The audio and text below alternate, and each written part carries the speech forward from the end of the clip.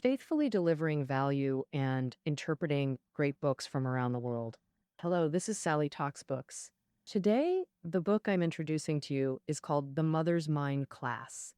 Parents inevitably experience anxiety during child rearing, starting from when the baby is still in the womb. Parents consider various questions like what to do to make their baby healthier and smarter. Should feeding be scheduled or done immediately when the baby's hungry? How should you hold the baby, horizontally or vertically? When the baby cries, should you comfort them immediately or let them cry for a bit? What's worse, parenting books give conflicting advice, and elder suggestions also differ. Neighbors might have yet another opinion. So, what's truly the best approach? The author, Donald Winnicott, believes all answers lie in the parent child relationship, especially between mother and child. Winnicott was a renowned British child psychologist who first practiced as a pediatrician, later became a psychoanalyst, and served as professor at Cambridge's Jesus College. Winnicott dedicated extensive time to studying children and mother infant relationships, treating nearly 60,000 families throughout his career. The Mother's Mind class is one of Winnicott's seminal works, with most content originating from his BBC radio series. First published in 1964, it quickly became essential reading for parents across Europe and America. Winnicott maintained that the relationship with one's primary childhood caregiver profoundly impacts future psychological development. This primary caregiver is typically the mother. Thus, the mother-child relationship is exceptionally crucial. In this book, Winnicott details how mothers can establish healthy bonds during infancy. These approaches help mothers understand children's needs and offer insights for fathers and other caregivers. All right, next I'll interpret this book through three key aspects. First, how to establish healthy mother-infant bonds from birth. Second, how to understand baby's needs. Third, what should fathers and others do for the mother? Now, let's start with the first question. How to build a good mother-infant relationship from birth. Winnicott's first suggestion is to recognize that the baby is already a person. Winnicott believes that when caring for infants, the most crucial thing isn't learning techniques, but building the relationship with the baby. The first step in building this relationship is for mothers to recognize that from birth, the baby has a unique inner world with emotional needs and desires. When you truly recognize the baby as a unique person, you'll naturally try to understand their thoughts and needs. This, Winnicott tells mothers, is the foundation of the mother-infant relationship. The second suggestion concerns breastfeeding. The breastfeeding period is crucial for building the mother-child relationship. Breastfeeding can sometimes make mothers feel unwell because initially they must constantly adapt to the baby's needs, which is physically and emotionally challenging. For example, just as the mother falls asleep at night, the baby cries to be fed. Right after feeding, maybe the diaper needs changing, and after everything's settled, sleep is elusive. Then just as she finally sleeps, the baby wants to feed again. At this stage, many mothers feel like mere feeding tools, existing solely to provide milk. This easily leads to exhaustion, irritability, even depression. If mothers remain in this exhausted, irritable state, they'll struggle to focus on their relationship with the baby. So, what should be done? First, people around them, fathers, elders, nannies, should provide a safe, relaxed environment so mothers can fully focus on breastfeeding short term. Second, in early breastfeeding, mothers should accept feeding on demand. Only after the baby feels completely satisfied can they gradually establish scheduled feeding.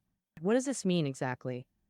Consider a newborn. Hunger brings them both pain and fear. Then at this moment, mom appears and gives the baby plenty of food, that is, milk. When the milk enters the baby's tummy, Ah, he feels full, no longer hungry or in pain.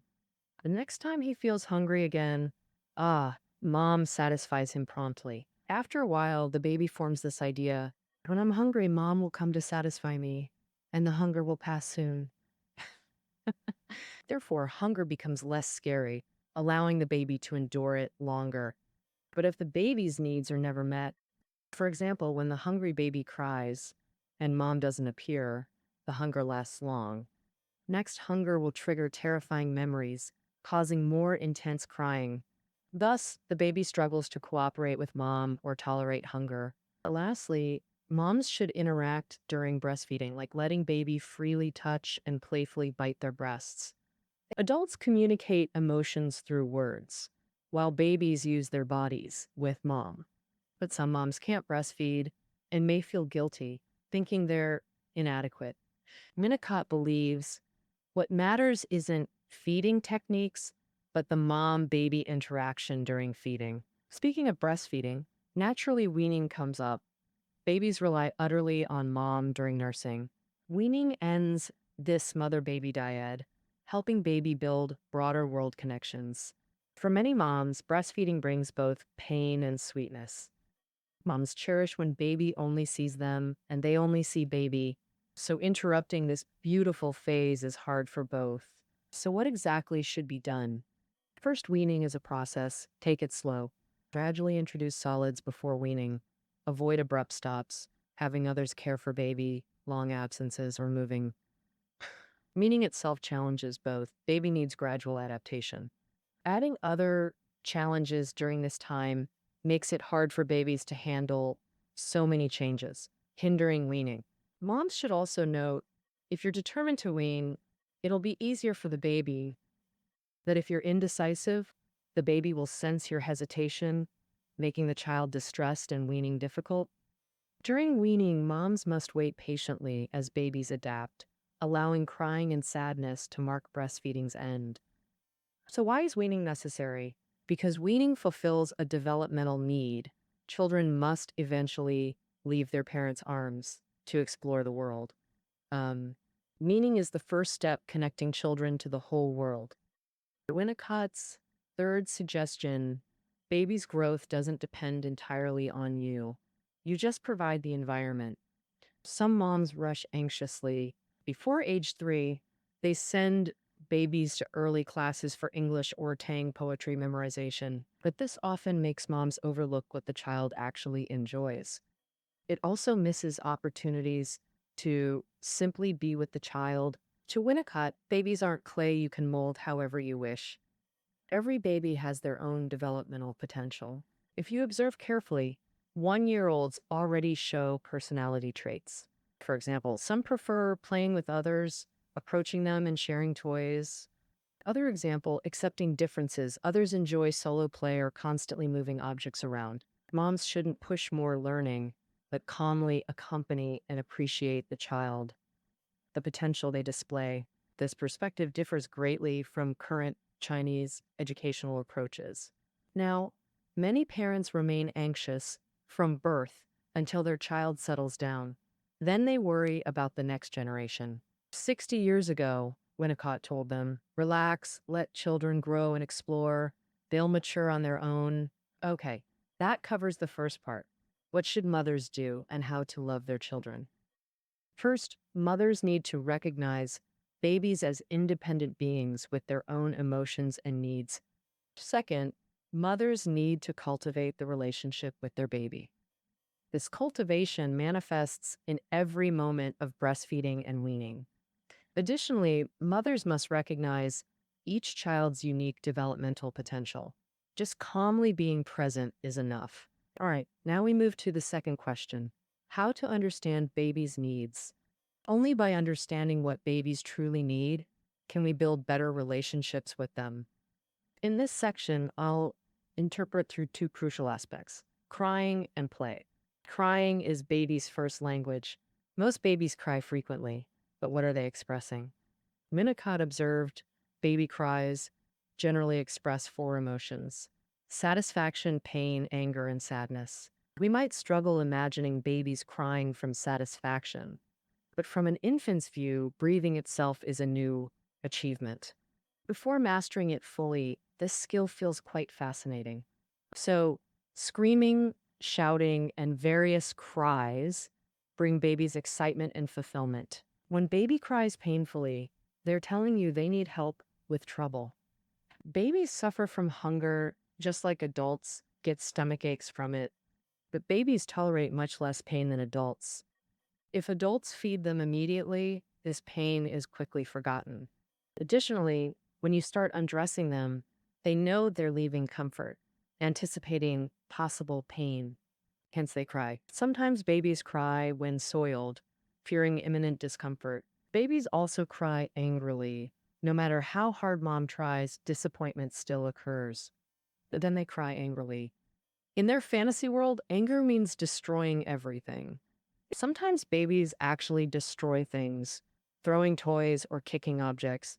But if those around him stay calm instead of panicking, this experience helps the baby gradually realize his anger doesn't actually destroy everything. Conversely, if people get frightened when the baby gets angry, babies mistakenly think their tantrums could cause terrible consequences.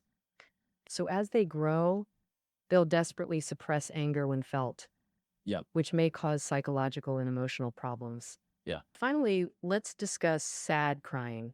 Adults cope with sadness in many ways, but when babies are sad, they need mom's comforting touch, warmth, and reassurance of continued love.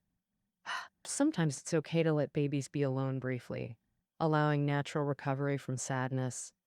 Winnicott doesn't mention how to distinguish these four crying types in his book. Perhaps he meant every baby expresses emotions differently. There's no perfect guide explaining every baby behavior, nor anyone dictating each childcare step. So, moms must rely on instinct, trying to sense and understand baby's true needs. When your baby cries, your intuition tells you what they're saying. Follow that intuition. If it doesn't work, no worries. Try another approach. What matters isn't distinguishing cries, but continually trying to understand baby's feelings. Through this process, you'll build a strong relationship with them. After crying, let's discuss play. As babies grow, play becomes life's central theme. Actually, babies start playing before you even realize, like sucking fingers to toes, shaking crib rails. Later, they play with toys. So, what does play mean to babies? So one day, your child runs to you draped in your scarf, saying, "Mommy, look, I have wings, I can fly." What would you say then? Would you say, "No, child, you don't have wings, people can't fly"? Or lift them up, saying, "See, you can fly, even higher"? The child's world is full of fantasies that sometimes slip out. For instance, your child might have an invisible friend, real to them, so no need to correct them. Through play, children exercise imagination while finding joy. Moreover, play helps children develop personalized lifestyles that strengthen their character. Crucially, play provides space for children to express aggression. Aggression isn't inherently bad, it's part of everyone. Sometimes aggression manifests destructively, like tantrums or throwing things, other times constructively. For example, boxing matches or basketball, baby's initial aggression is highly destructive and direct, like pulling mom's hair, biting nipples, scratching skin, or hurling toys. But through play, they gradually learn alternative ways to express and manage aggression. Initially, a child might just throw a ball, then learn to retrieve it. Later, they throw to you for returns, eventually sparking basketball interest. Additionally, play helps children process anxiety. When hungry and mom doesn't appear, baby grows anxious, wondering if she'll come or sensing parental arguments tension without understanding why. Play is children's self-developed anxiety management strategy, like thumb sucking when mom's absent or talking to toys during parental fights. Many parents push extra learning to avoid falling behind. But before elementary school, excessive learning steals playtime, limiting future development. Okay, that concludes our second topic. When baby cries, mom should seek understanding before responding. Regarding play, children need parents to provide ample play space. Fulfilling these needs builds relationships and aids growth. Finally, we address the third question: what should fathers and others do? Earlier, we discussed much about what mothers should do. Indeed, in early childhood, some needs seem only fulfillable by mom. So, how can fathers and others support mothers? For fathers, the most crucial point is providing moral and spiritual support and helping establish maternal authority. And in most families, mothers organize the bulk of children's lives. If mom must enforce rules while showing love, her burden becomes overwhelming. Just fathers must support mom, e.g., if she sets a 10 p.m. bedtime but the child begs dad for extension. Dad should firmly say, we follow mom's rule, bed by 10. Parental unity on rules helps children comply and adapt faster to school. Rule enforcement needn't be harsh. Both parents sharing responsibility matters most. Having covered father's role, let's discuss support from other caregivers. These caregivers, grandparents, nannies, doctors, nurses, should prioritize mother-baby physical health, e.g., assisting with postpartum care, but never replacing mother and child care. New moms, due to nerves, may be careless or flustered while caring for baby. Bystanders may panic, offering advice or intervening directly. That in truth, no one excels at baby care like mom. Others' interference hinders emotional bonding. After age 3, children enter kindergarten. So what should teachers do? Actually, kindergartens complement and extend family functions in certain ways. Kindergarten teachers take over some maternal duties, like daytime care, feeding, and play, while monitoring children's emotions. But teachers can't replace mothers. Their role is introducing children from family to society. Before kindergarten, children's lives unfold mainly at home. Through various activities, teachers help them build relationships with more people, expanding their connection to the wider world. All right, that covers the third section. Fathers should provide moral and spiritual support to mothers, helping establish their authority. Other caregivers shouldn't replace mothers in childcare. After age 3, kindergarten teachers help children move from family to the broader world. Winnicott's work avoids complex theories. His insights stem entirely from observing children. To Winnicott, every infant is profoundly connected to their mother. There's no perfect mother. Every mother can become good enough. The Mother's Mind class. That concludes our interpretation. Reading notes are below the audio. See you tomorrow.